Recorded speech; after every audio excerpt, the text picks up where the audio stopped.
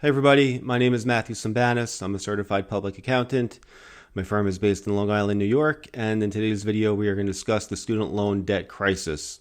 We're going to go over the history, it's the current economic numbers, who I believed caused it, who profits from it, and the best solutions for going forward, hopefully. So if you're into economics, finance, making money, stock market, things of that nature, please be sure to like, comment, and subscribe. And by the way, I'd like to say hello to Kenny and Shannon in Chicago. And as of this recorded, I'm at 593 subscribers. I'm trying to get to 600. So if you would be so kind to click the subscribe button, I would greatly appreciate it. And I'd be very grateful. So I thank you in advance for watching, and let's get into it. So who caused it, right? The first point would be the government. We're going to get into the numbers, but basically, the government, they keep on raising the amount of funds available, and they guaranteed the loans, and they also prevented students from being able to declare bankruptcy, which is absolutely insane.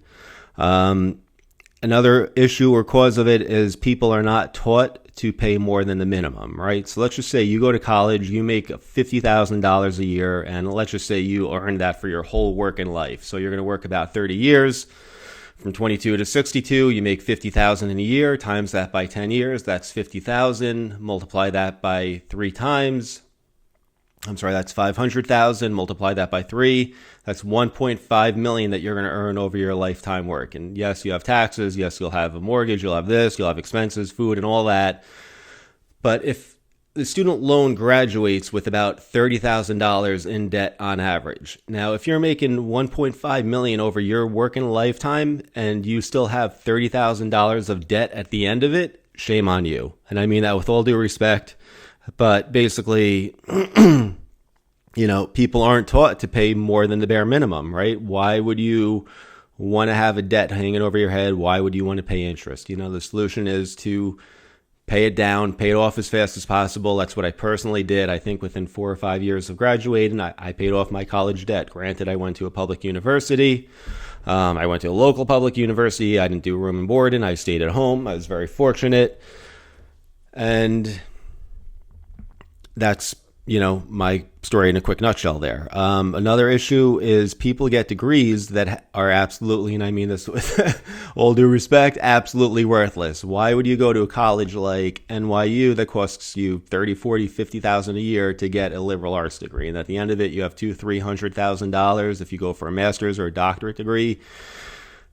And you can't make any money, right? So you have to weigh it out, the pros to the cons. I mean, yeah, that's great. You're going to have a fancy degree. You're going to go to a fancy school. But if that degree doesn't generate you any money, what's the point of it other than now having a noose around your neck for the rest of your life? Another issue is you can't discharge your student loans in bankruptcy, right? So I disagree with that. This was from a law that was enacted in 1967. And, if you have federal IRS, if you owe the government back taxes or something, and they're older than 3 years, you can discharge them in bankruptcy. So I agree with the fact that, maybe you shouldn't be able to file bankruptcy right after college. Maybe the student loans have to be older than 10, 15, 20 years, but at some point you should be able to discharge them in bankruptcy if necessary. As to why not? Well, obviously we know why not, but it is what it is. And where does the money go? Well, we have a lot of deans and, college professors, in particular deans and presidents of colleges making, a couple $1 million a year, not professors, but, that's absolutely absurd. What are they doing that justifies that? And I understand, yeah, I get it. All right, fine. You're the president of Harvard, $2-3 million a year, but what are you really doing? Especially when you have people, you're getting grants from the government, you're ripping off students. And I mean, not with all due respect, but we're going to get further into the specifics of the numbers, which I will go through. And another contention or issue that I have, and I'm kind of doing this backwards, by the way. I'm going bullet point off my notes, and then I'm going to go off the actual data as well. But another issue that I personally have is student loan forgiveness. It's not fair. It's not right, in my opinion. And the other issue now is people are entitled to it. I have clients as a tax preparer who said, hey, I got an email saying my student loans were going to be forgiven. What do you think? What do you think? And I said, doesn't sound right to me, but what do I know? I think you got to wait for it to get passed. And it never got passed. And now people have gone on student loan strikes where they refuse to pay their student loans. And it's just going to create issues for them. So anyway, just to go back a little bit in history or a little bit in time, COVID hit. Everybody was paying, not everybody, but most people were in theory paying their student loans back. And then COVID hit. Donald Trump came out and he said, hey, we're going to put a 1-year moratorium on your student loans. And he did that for a multitude of other things, including mortgages, rents, all sorts of crazy stuff that never should have happened, but unfortunately it did. And, and then Joe Biden got elected. He, wakes up every day and he says, I'm the president. Wow. And he gets to be president every day because he just probably doesn't remember it. Sorry. That's an offbeat joke. Anyway, so Joe Biden, in his delirious state, extended that moratorium up to 2 years. So then we're 3 years total of people not having to repay their student loans. So then what happened back in November of 2023, there's about 22 million people who have student loans, and about 40% or 9 million people didn't make their payments. And they either allegedly didn't know that they had to, couldn't figure out how to, or on a strike, or didn't have the money to, right? And a lot of people, what happens when you say, hey, you have your student loans are $200 a month, you don't have to pay that for 3 years, or a year, and then 2, and then 3. What happens? They use that money for something else. They increase their Netflix subscription. They go out shopping more. They sign up for this. They sign up for that. Or they just, rent a bigger place. Whatever the case is. So that money has been reappropriated. And the other part of that reappropriation of that money has led to inflation, right? So when you make money available, whether it's by printing more, which the government does, or these credit card companies or banks, what they do is they lend out money, they make it more available, that causes inflation. The definition, the historical term of inflation is the printing of the money supply. So let's keep on rocking and rolling. Hope you're enjoying this. If you feel like I'm missing anything, please let me know. But the main thing that needs to be thought about before you go to college is, do the benefits of the college education outweigh the costs? And in most cases, the answer is yes, right? If you're going to go become a doctor, you're going to get a doctorate degree, you're going to go for 8 years, but you're going to make $150,000, $200,000, $300,000, $400,000 a year eventually. Is it worth it? Absolutely. Why? Because if you're making $300,000 a year, multiply that by 10 years, right? And let's just say you work the same thing 30 years, but 300,000 times 10 years is 3 million, right? So even if you only work 20 years as a doctor because you had to go to school, you still make, 3 million over 10 years, times that by 2. You're at 6 million versus having $400,000 in debt. Pay it back, right? I was reading an article recently that said doctors on Long Island making $350,000, and I'm on Long Island. So I understand their pain. It's absolutely cutthroat and expensive here. It's a beautiful place, a lot of good food. But they're saying they can't find houses that they can afford because you drive down the block and a shack, literally a shack, is $500,000. If I had a shed on my property right now, I could probably sell it for $200,000. As to why, I don't know. Not enough supply. Well, I do know why, right? It's not enough supply out here. And people also, not to go off on a tangent, but people don't want to sell now. Part of the supply is, that people who have their mortgages at 2-3%, mine's at 2.5, don't want to go and sell their house and get another house with the 8-9% interest rate, right? Would you? No, of course not. So anyway, student college is essential for maintaining the country's competitive edge, which I agree with, but questions remain about the appropriate level of federal involvement, which I also agree with, right? The government should have no involvement in the student loan industry, in my opinion. They don't have it actually, they do have it in the mortgage industry, and we saw what that resulted in. How much student debt is out there? Student debt has more than doubled over the last 2 decades. As of September 2023, 43 million U.S. borrowers collectively owed more than 1.6 trillion in federal student loans, and in private loans, that brings that amount to 1.7 trillion. So the total student debt exceeds debt from auto loans and credit cards. So, we're talking a huge tsunami of debt. And not only that, that's money that hasn't been repaid every month for 3 years, which, interest is now accruing on. So if you do have student loans, I suggest paying it. But if you feel like it's going to be forgiven, God bless, do whatever you want. Don't pay it, right? And the average student is also taking on more debt. The balance per borrower rose 40% from 2008 to 2022. And why is that? Students are generally borrowing more because college tuition has grown many times faster than income. And we're going to get into why that's happened. Who owes it? Roughly 1 in 5 Americans holds student debt. I mean, that's just mind-blowing. And most students graduate with around 30,000 in loans. Again, if you're graduating with 30,000 in loans, you should have gone to college, gotten a good degree, and easily at this day and age get out, make 75, 80,000 a year, and don't pay more than the minimum, and you won't have a student loan in 30 years from now, right? Common sense that I don't understand how you go to college and you're not taught that, which granted, I wasn't taught that in college either, so shame on the college. Maybe we'll do a common sense economics finance 101 video in another day. If you'd like me to do that, let me know.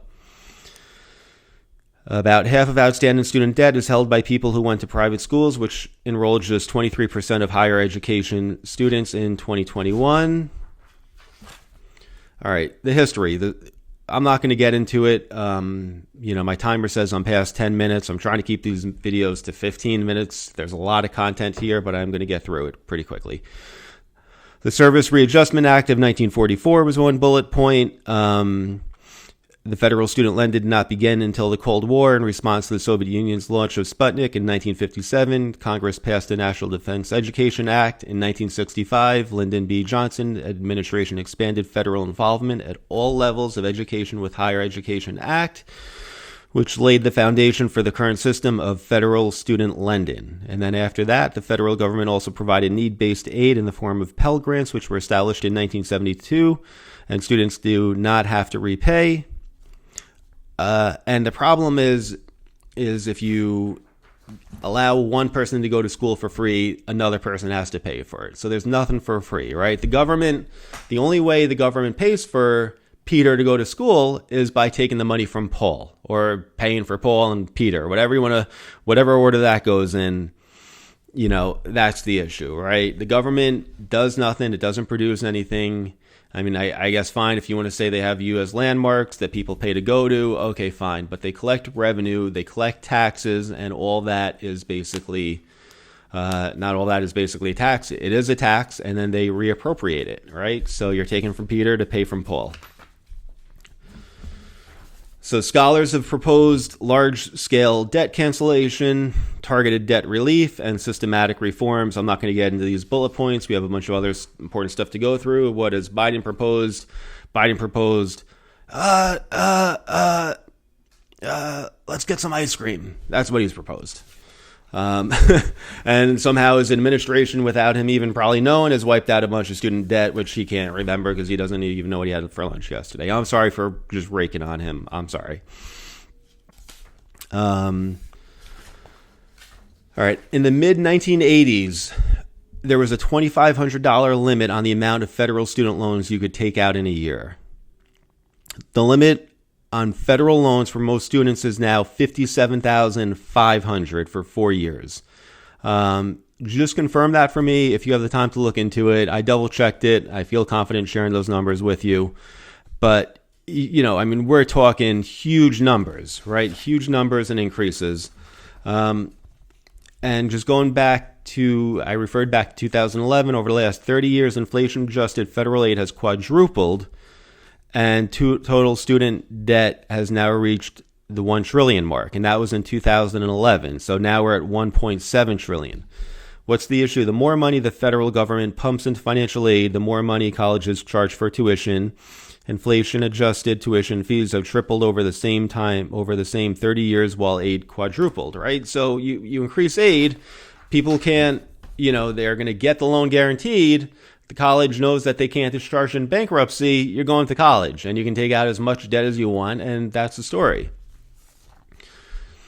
It costs roughly $8,000 a year to educate an undergraduate at average at a residential college. So yet the average college bill, including room and board, charged at a private four-year university is $37,000. So if I could charge somebody $37,000 for a year, and my cost is $8,000, I'm going to do that all day long. And the cost at a public school is $16,000. So at least if you're going to do a public school, they're only doubling their money, which is okay, fine. That's fair. You know what I mean? That's reasonable. That's respectable. Double your money and do whatever you want to do with it. But, making 4 times as much is, again, yeah, your job is to make as much money as possible, but, not at the cost of the American taxpayer when they're trying to achieve the American dream. Colleges can raise tuition with impunity because colleges know they'll get paid no matter what. Yeah, absolutely. 1976, federal law was changed to state that student loans would no longer be dischargeable or covered by bankruptcy. So, we come to this point now that students tell the politicians, we don't want to pay this much for college, and politicians respond by throwing more money at them. And, now what we have is the other issue of student loan debt forgiveness, right? Which creates a moral hazard. People think that they don't have to repay it, or if they wait out long enough, it'll be forgiven. And who knows what's really going to happen. And ultimately, you'll probably end up feeling shafted. And I've heard of people who, perhaps they do their tax returns, they file married filing separate. The wife who has $150,000 of student debt is a stay-at-home mom. The husband's making $300,000-$400,000 a year, and all of a sudden her student loans are forgiven because she's not shown any income on her tax return. So there's all sorts of room for manipulation and, in effect, outright. I mean, it's legal, so you can't call it fraud, but fraud, for a lack of a better word. And, people now feel entitled, as I mentioned in the beginning of this podcast, or YouTube video. And, listen, I feel the real solution is what? The real solution is go to college, get a good degree, get a degree that's going to allow you to make a lot of money, or make money in your profession for what makes you happy, right? And if you don't have to go, then don't go, right? I mean, how many handymen, how many plumbers, how many contractors, electricians have college degrees? They don't. And if they go out on their own and you do a good job and you're honest and you make a lot of money and you charge fair prices, you're going to make a lot of money, hands down. Learn how to invest, learn about the stock market, learn about dollar cost averaging, pay off your debts. I mean, just common sense stuff that's not really taught. And just to, touch on one other point, which I said that I would, and then, maybe we'll go back a little more into the solution. You have Liberty University. The president, Jerry Falwell, made $3.5 million. Stephen H. Kaplan, University of New Haven, made $3.7 million. This is in a year, by the way. Rensselaer Polytechnic Institute, Shirley Ann Jackson, made $4.2 million, number 3 on the list of highest paid presidents. Charles F. Monahan Jr., Massachusetts College of Pharmacy and Health Sciences, $4.5 million for 7,000 students. With just a base pay of $37, while his other pay combined with non-taxable benefits exceeded $4.5 million. And number 1, Stephen Klasko, Thomas Jefferson University. I'd be very happy to make what this guy is making, $8.4 million in a year compensation. And, why? I mean, You know what I mean? Why? Why are these presidents paid so much? What are they doing? And I guess, listen, it's a private university, so you're entitled to make as much as you want, but at what cost, right? And on the flip side of that, listen, if you don't have the money to go there, then go to a public school. Or if you don't have the money to go there, then you need to do so good that you're entitled to scholarships. I mean, so it cuts both ways. I'm a capitalist at heart. I'm in favor of what's right, but I also just disagree with the government's involvement, and that's the real issue. And if the government wasn't involved, these places wouldn't be able to charge these egregious prices. So the government needs to get out of it. They need to stop subsidizing loans. They need to stop. That's it. I can't emphasize it anymore. I'm sorry if I sound like a broken record. If you found this video and watched it to the end, if you found this video helpful, please like, comment, and subscribe. Hope you have a great rest of the day. Thanks.